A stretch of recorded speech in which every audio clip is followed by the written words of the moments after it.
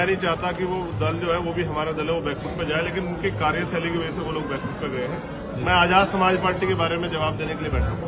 Azad Samaj party आगे बढ़ेगी क्योंकि आजाद समाज पार्टी के कार्यकर्ता मेहनती और ईमानदार हैं और वो संघर्ष कर रहे हैं। क्योंकि काशीराम साहब का आज जन्म दिवस है, पूरे देशवासियों को उसके लिए बधाई, दुनिया में जो लोग उनके फॉलो करते हैं उनको बधाई।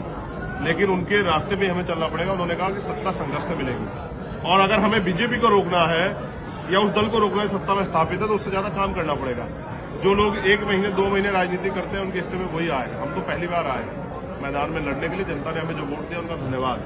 हम 24 घंटे 5 साल राजनीति करके लोगों के बीच में रह के अपने आंदोलन को मजबूत किया। चंद्रशेखर, बीजेपी ने जो टाइम जो आगे बढ़वाया है उससे आपको फायदा होगा या नुकसान होगा? नहीं, हमें तैयारी करनी है। जहाँ जहाँ हमारी तैयारी हुई है वो तैयारी और आगे बढ़ेगी और बाकी जिन्होंने बढ़वाया कुछ सोच समझ के बढ़वाया होगा। हमें उससे कोई फर्क नहीं पड़ता। हमें काम करना, जब भी इलेक्शन आएगा हम लड़ेंगे ही।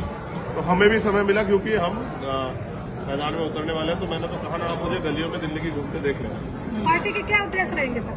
पार्टी के उद्देश्य मैं सब कुछ बता चुका हूँ कि जो समस्या यहाँ की बुनियादी है, जैसे एमसीडी में सबसे बड़ी समस्या है सफाई कर्मचारियों, उसमें हम लोग काम करेंगे। मुख्यमंत्री ने कहा कि हर घर तक साफ जल पहुंचाएंगे, नारा बदल के साफ दारू पहुंचाने लगे। उन्होंने कहा कोरोना वॉरियर्स सब लोगों को 1 करोड़ रुपए का मुआवजा देंगे, नहीं दिया। तो यहाँ जो एमसीडी में जो परेशानियां हैं उनको दूर करने के लिए यहाँ की जो टीम है उन्होंने मेहनत की है। वो चाहते हैं एमसीडी में आजाद समाज पार्टी से उतरे और जीते और वहाँ की समस्याओं को, चाहे वो सड़क की हो या पानी की हो या बिजली की हो या टैक्स की हो, सब चीजों पे काम करें। उत्तर प्रदेश में किसी भी पार्टी ने वाल्मीकि समाज को टिकट नहीं दिया और आपने अभी इतने दुनिया भर के नाम गिना दिए आपने प्रत्याशियों के, ये क्यों किया आपने? देखिए, मैं समझता हूँ कि जिसकी इतनी संख्या बढ़े उसकी इतनी हिस्सेदारी। जिनका यहाँ मुख्यमंत्री होना चाहिए था, अगर उनका पार्षद बन रहा तो इसका आपको नाराज नहीं होना चाहिए, खुश होना चाहिए कि जिनकी भागीदारी, जिनके वोट ज्यादा उनको ज्यादा टिकट दिए गए हैं। और मेरा प्रयास रहेगा कि बहुजन समाज के जितने भी लोग जातियां हैं उन सबको टिकट मिले, क्योंकि जिनकी संख्या भी कम है उनको भी हमें आगे बढ़ाना है, उनका भी हाथ पकड़ना है। यही सामाजिक न्याय है। हमारा प्रयास रहेगा कि आने वाले कल में यहाँ मुख्यमंत्री भी शोषित वर्ग का बने, इसलिए हम अपनी जड़ें मजबूत करें। उत्तर प्रदेश में क्या कमी रही जो बहुजन वहाँ इकट्ठा नहीं हो पाया, फिर दोबारा बीजेपी की पूर्ण बहुमत से सरकार बनी?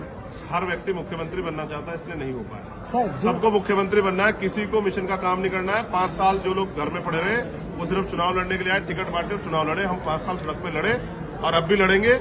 और जब कहीं अन्याय अत्याचार होगा आप देखना कोई दल के लोग खड़े होंगे। बीमार में आजाद समाज पार्टी जो लोग मिशन के नाम पर लोगों को गुमराह कर रहे हैं उनके बारे में आप क्या कहना चाहोगे? नहीं, जनता खुद समझदार है, धीरे धीरे समझ रही है कि किसी को एजेंट कहने से एजेंट नहीं होता, काम करने से एजेंट होता है। जो जिसने किया जनता उसको देख रही है। शेखर साहब, केंद्र सरकार ने एमसीडी चुनाव इस वजह से टाले हैं। उनका कहना है कि तीनों एक किया जाएगा। इसमें आप क्या कहना चाहिए? क्या इसमें नीचे जो कर्मचारी सफाई मिले हैं और उनको सैलरी नहीं मिल रही है उससे फायदा होगा? क्या इस राजनीति में उनको फायदा मिलने वाला है?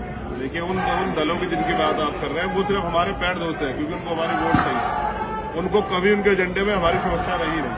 तो हमें अपनी समस्याओं की जानकारी खुद और अब हमने अपनी लड़ाई को अपने कंधों पर उठाने का फैसला लिया है जीते जी। तो इसलिए चुनाव जब भी होंगे हमारे प्रदेश मजबूत से लड़ेंगे और हमें उनको जीतने के लिए जो भी मदद हमारे तरफ से होगी उसके लिए हम लोग सड़कों पर रहकर आंदोलन करेंगे, गली गली जाकर लोगों को अपील करेंगे। सफाई कर्मचारियों का कितना समर्थन आपकी पार्टी को मिल रहा है ये समय बताएगा। अभी तो हम लोग काम करें। सर, दिल्ली में जो फ्री उन्होंने तो सबको बनाया, अब मैं उनसे अपील करूंगा खुद को ही बना लो। कब तक दूसरों के हाथ फैलाते रहोगे?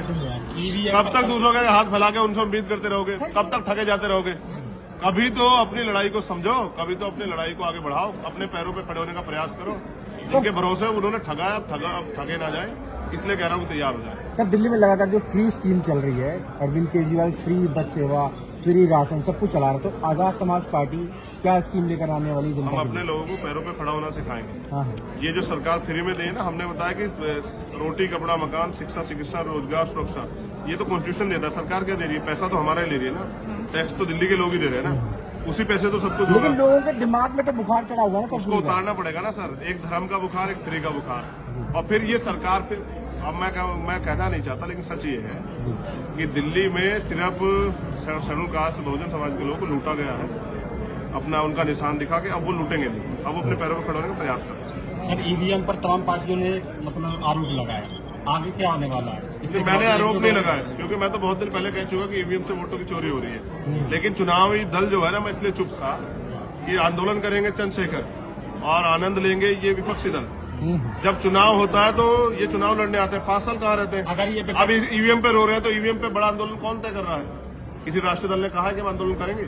उनका काम है सिर्फ चुनाव लड़ना, हार जाए तो ईवीएम की बात करना। अगर ये विपक्षी दल अब ईवीएम के खिलाफ आवाज न उठाएं जो मुख्य रूप से हैं, तो उनको क्या समझा जाए? ये जनता को बहुजन समाज को गुमराह कर रहे हैं। नहीं, ये जनता को बेवकूफ समझते हैं। जनता इनको बेवकूफ बना रही है, ये जनता को बेवकूफ बना रहे हैं। हिसाब बराबर चल रहा है।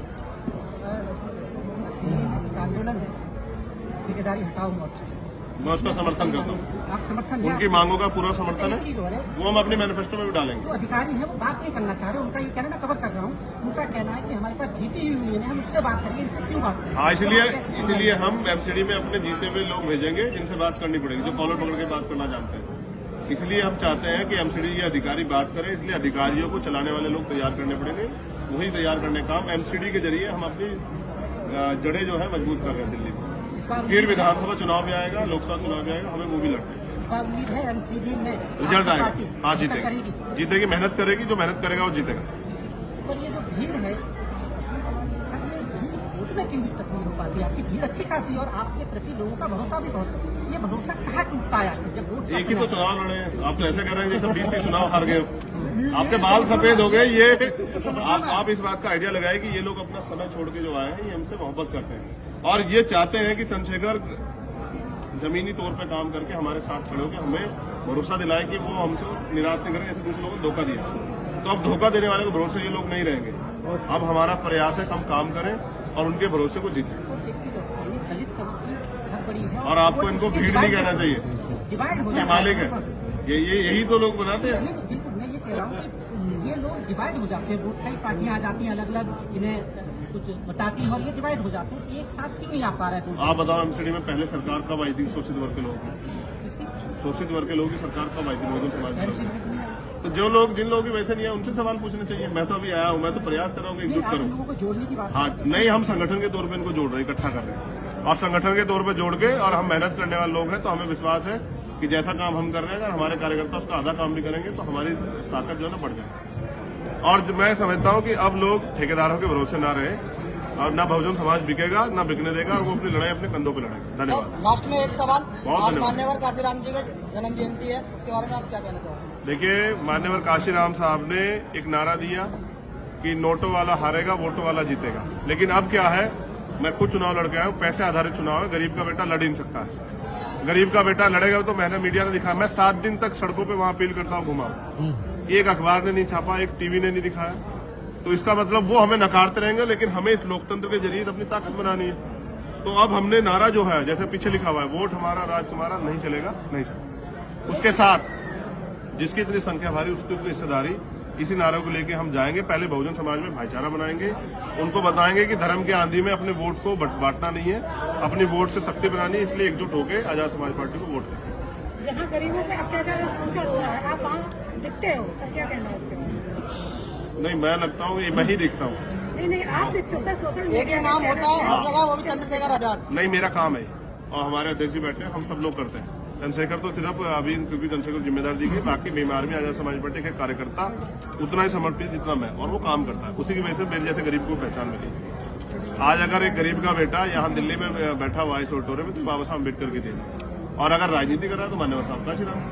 तो दोनों महापुरुषों का जो आंदोलन है उसको मंजिल तक पहुंचाना है। यहाँ एक कुर्सी है इसमें थोड़ी दूर पे ही, 7 रेसकोर्स रोड पे, उस पर हमारी नजर है। जितना जल्दी समाज तैयार हो उतना जल्दी हम लोग उसकी तरफ को आगे बढ़े, और जिस दिन यहाँ उस कुर्सी पे हमारा व्यक्ति बैठेगा इस विचारधारा का, उस दिन ये देश खुशहाल होगा, उस दिन संविधान पूर्ण रूप से लागू होगा। धन्यवाद।